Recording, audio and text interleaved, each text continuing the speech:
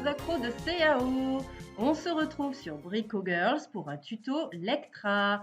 Aujourd'hui, comment créer un slip avec Lectra Modaris Expert.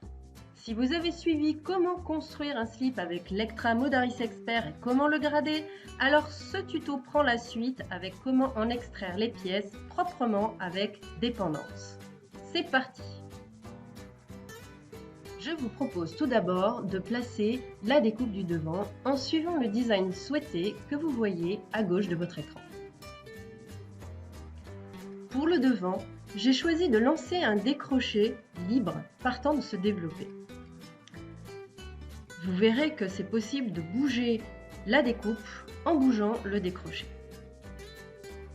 J'ai choisi cette option parce que je souhaite que la gradation de cette découpe soit parallèle entre chaque taille, si bien que je n'aurai pas à m'occuper du point de cuisse pour la gradation. Je continue en dessinant ma pièce du devant, la cuisse, la taille et le fond en lignes séparées.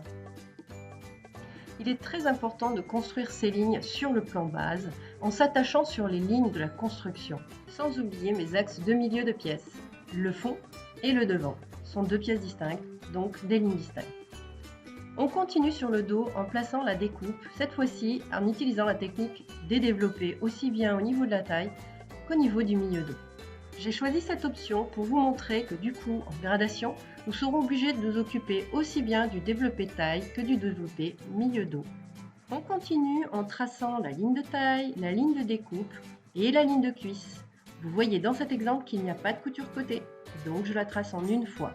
Pareil pour ma ligne de taille de l'empiècement côté. N'oublions pas de tracer l'axe de symétrie du triangle milieu dos. Puis la couture fond. À présent, nous allons nous concentrer sur l'aspect fabrication. Il est impératif de faciliter la lisibilité des pièces une fois coupées par des crans. Sur la découpe dos, j'ai choisi de mettre deux crans, afin d'éviter d'inverser le dos et le devant.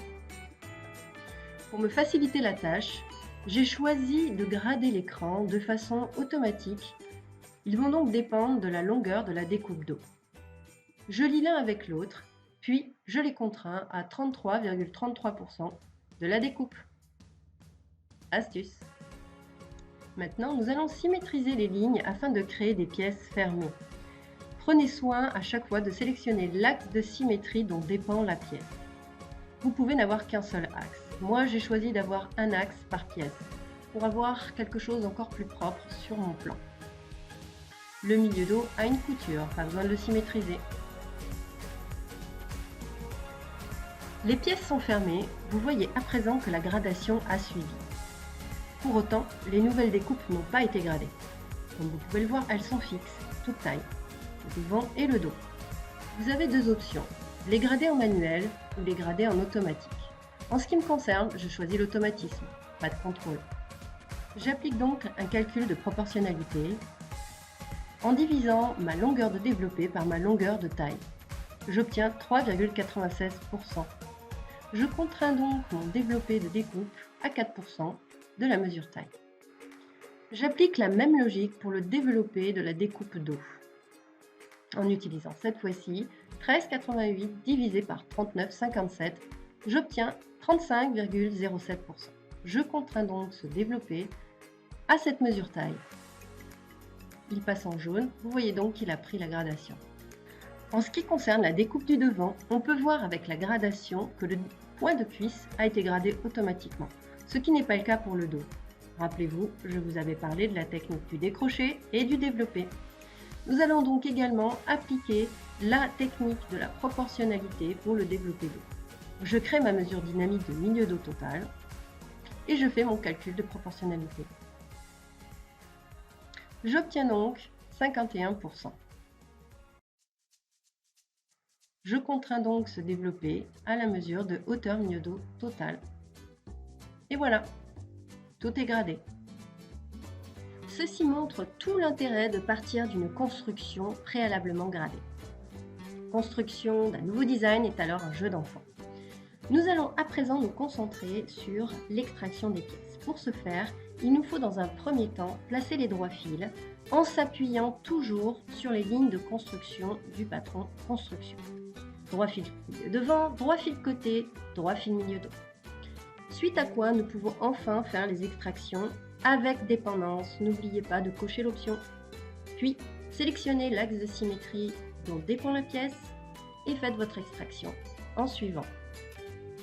La pièce passe en bleu. Comme vous le voyez, l'extraction a réussi. Toutes les pièces sont extraites avec dépendance et propres. Pas de lignes visuelles qui peuvent gêner.